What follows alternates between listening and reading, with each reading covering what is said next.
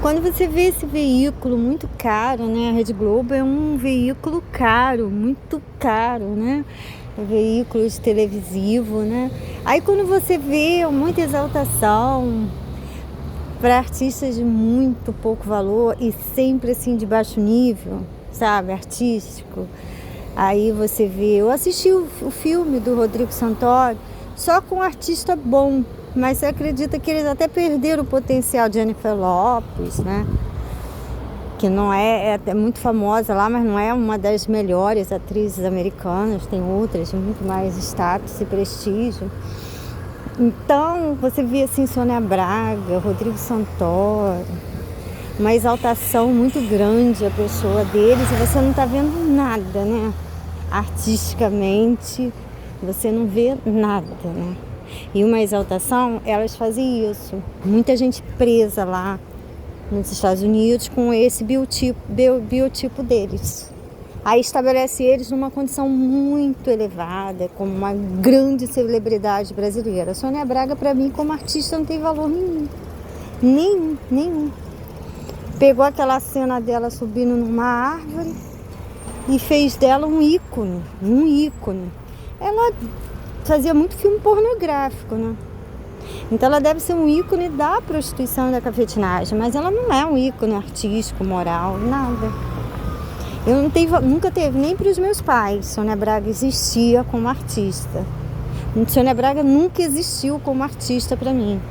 Rodrigo Santoro nunca existiu como artista para mim. Artista, nunca. É muito surpreendente. O que eles estão fazendo lá fora, né? Porque o custo de vida lá é altíssimo, 7 vezes a moeda brasileira. Então eles pegam o real aqui, transformam em dólares, 7 vezes mais caro, para ter um padrão de vida lá altíssimo. Botando gente presa, gente inocente. Você vai desconfiar deles com o status que a Globo dá para eles aqui no Brasil, que eu não vejo qualidade artística em nenhum deles para o status que eles têm. Nenhum deles tem valor artístico a esse ponto. Nenhum deles. E é uma exaltação desmedida, sabe? Daqui a pouco eles vão fazer isso com aquela outra doida lá do BBB, sabe? Que eu só sei das plásticas e dos processos de emagrecimento. Agora, valor artístico não tem nenhum, sabe? É uma exaltação desmedida, completamente desmedida.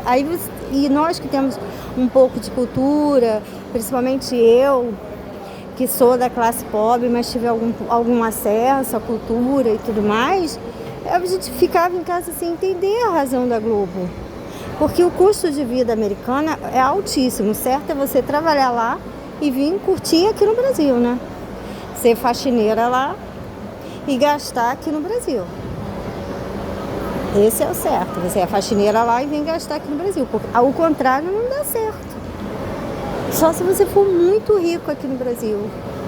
E mesmo assim, para os ricos brasileiros, é difícil lá. Você viu a casinha do Silvio Santos? É uma casinha de classe média baixa aqui no Brasil. Eu considero, mas não é uma mansão.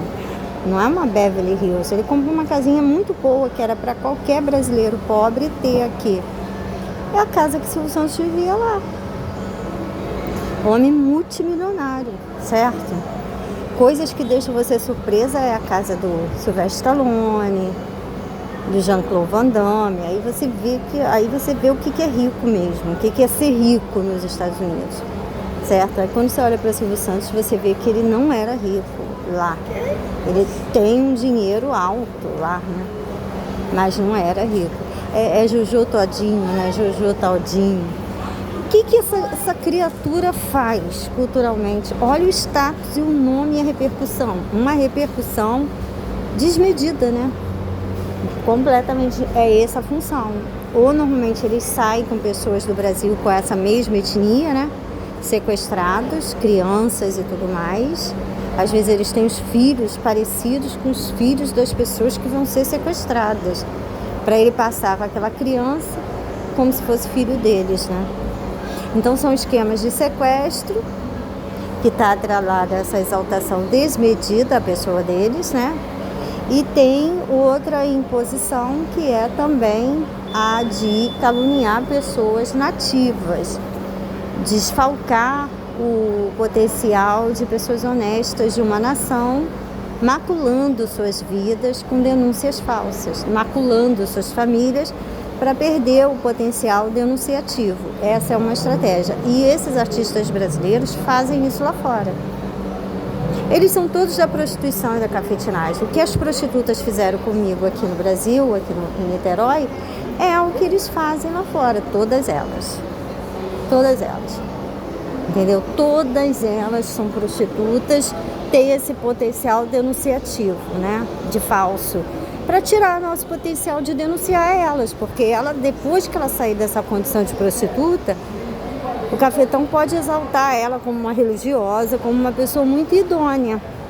Aí os clientes todos que tiveram com ela para manter essa falsa, ou ele vai ser subornado, ou ele cometeu um crime sexual grave, normalmente pedofilia. Aí ele comete esse crime sexual gravíssimo, gravíssimo. Aí ele tá na mão dela pro resto da vida, entendeu? Aí tá na mão dela, aí às vezes até é obrigada a casar com ela e dar um status a ela de esposa. E os outros clientes vão ser mortos. Isso se ele cometeu um crime sexual, normalmente com os filhos dela, que ela leva, né, nas investidas sexuais. Ou outra situação que ela arrumou para ele, ou subornar ele. Os subornáveis vivem. Os chantageáveis sobrevivem às prostitutas.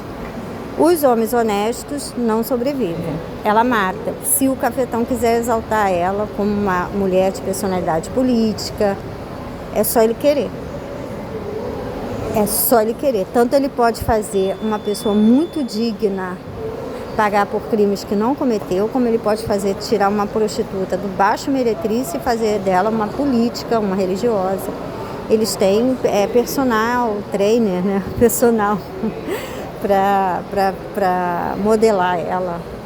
Mas para esse tipo de exaltação, é preciso que ninguém fale que ela era prostituta, né? E aí é quando eles saem matando todos os clientes que tiveram com ela. Todos. Todos. Quando eu vi o vídeo da Marília Pêra, minha mãe e meu pai já estavam mortos, dizendo que era uma subversiva e que a ditadura frequentava lá para sair com Zezé Mota e Marília Pêra, que era tudo piranha na época. Lotava, o teatro lotava deles. O general sentava na primeira fileira. O Marco Nanini é que cometeu uma gafe, uma indelicadeza e fez o teatro debochar do general. O general se sentiu constrangido, talvez até o homossexualismo dele estivesse sendo ali colocado à vista, e ele tirou o Marco Nanini do colo dele imediatamente, mandou fechar o teatro. Meu pai estava no dia, meu pai viu tudo, disse que o teatro veio abaixo, de rir do general. O Marco Nanini estava no seu melhor dia. Marco Nanini tem veia cômica, né? Aí Marco Nanini estava no seu melhor dia, no dia do seu melhor, e fez o teatro todo rir do general. O general se sentiu constrangido, talvez não queria até que seu homossexualismo com Marcos Nanini fosse que Caetano, isso aí tudo era homossexual de general na época. Todos eles, Caetano Veloso, todos eles. Aí tudo prostituta de general, por isso que eles sobreviveram. E aí o que acontece? Ele foi e fechou o teatro. Isso é uma opção, porque Marco Nanini, homossexual, sentou no colo dele, né? Deu jeito, com todo abuso e intimidade. Aí Marília Pêra vai naquele sem censura e diz que foi porque eles eram subversivos, considerados por causa da ditadura. Não perseguiu nenhum deles. Eles eram todos prostitutos dos ditadores, todos eles. Tudo piranha de general, de ditador. Certo? Mas a minha mãe já está morta e meu pai que estava lá também já está falecido. Só tem eu porque eles por acaso me contaram essa história. Essa história marcou muito a vida deles, esse momento com a Marília Pêra, né? Um momento muito sofrido. E aí eles sempre contavam esse drama para mim, certo? Com muita tristeza, muito ressentimento da pessoa da Marília Pêra, certo? Por ela ter feito isso com eles. Então, é o mesmo processo voltando aqui para a prostituta, é o mesmo processo. Quando dá a exaltação, depois de 10, 15 anos, dá uma certa exaltação, às vezes até para a filha dela, né? Então, ela precisa ter uma vida pregressa digna e tudo. Aí, mata os clientes que tiveram com a prostituta no passado. Os subornáveis, os chantageáveis sobrevivem e os que forem honestos e dignos, que não tiverem comprometimento criminoso com a prostituta e o cafetão, vão ser assassinados. Ela já tem todo o biotipo dele para assassinar ele nas condições exatas. Já tem o perfil dele. Já tem o perfil dele psicológico, emocional. No sexo já detecta que ele, se for muito viril, normalmente esses homens assim, 30, 40 anos, têm uma certa virilidade, provavelmente algum crime sexual, alguma coisa assim, entendeu?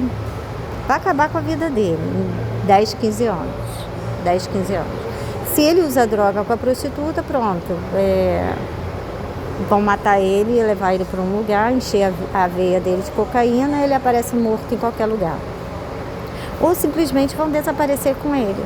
Desaparecer, tira os órgãos, né, dele, os órgãos que eles precisam e descarta ele. Dá para o jacaré comer. Assim que as vidas, olha, vocês devem levar a sério aquela palavra de Provérbios 7 da adúltera, né? Foram muitos mortos por ela. Esses homens são bobos. O homem, eu vi uma bobeira nos homens, certo? E uma esperteza muito grande em prostituta. Eu vi uma bobeira muito grande nos homens e uma esperteza muito grande em prostituta. Elas têm uma esperteza muito grande, são bobos, são bobos. Foram muitos mortos por elas, entendeu? Muitos. A casa dela é caminho para a sepultura, que desce para a câmara da morte. Foram muitos os mortos por ela. Elas matam mesmo e não vêm à tona. E elas não são presas, porque os cafetões preferem elas soltas, porque ela está com o juiz, está com o promotor, com o desembargador, com o delegado, com a polícia. Então, os bandidos preferem elas soltas. 70% das prostitutas envolvidas em crime, de 70% a 80%, são inocentadas pelos criminosos. E a participação dela foi de 50% a 60% na ação criminosa. Mas de 60% a 70% são inocentadas. Eles inocentam elas, como uma pessoa que não sabia de nada, que não tem envolvimento com nada. 70% a 80% são inocentadas pelos criminosos. Tem noção? 20% é porque foi pega no flagrante mesmo, inquestionável, o policial sabe e aí não alivia para ela, não alivia. Aí o policial faz a prisão porque ele flagrou ela. Não tem como o bandido inocentar ela. Mas enquanto tiver condições do bandido inocentar a prostituta, ele inocenta ela.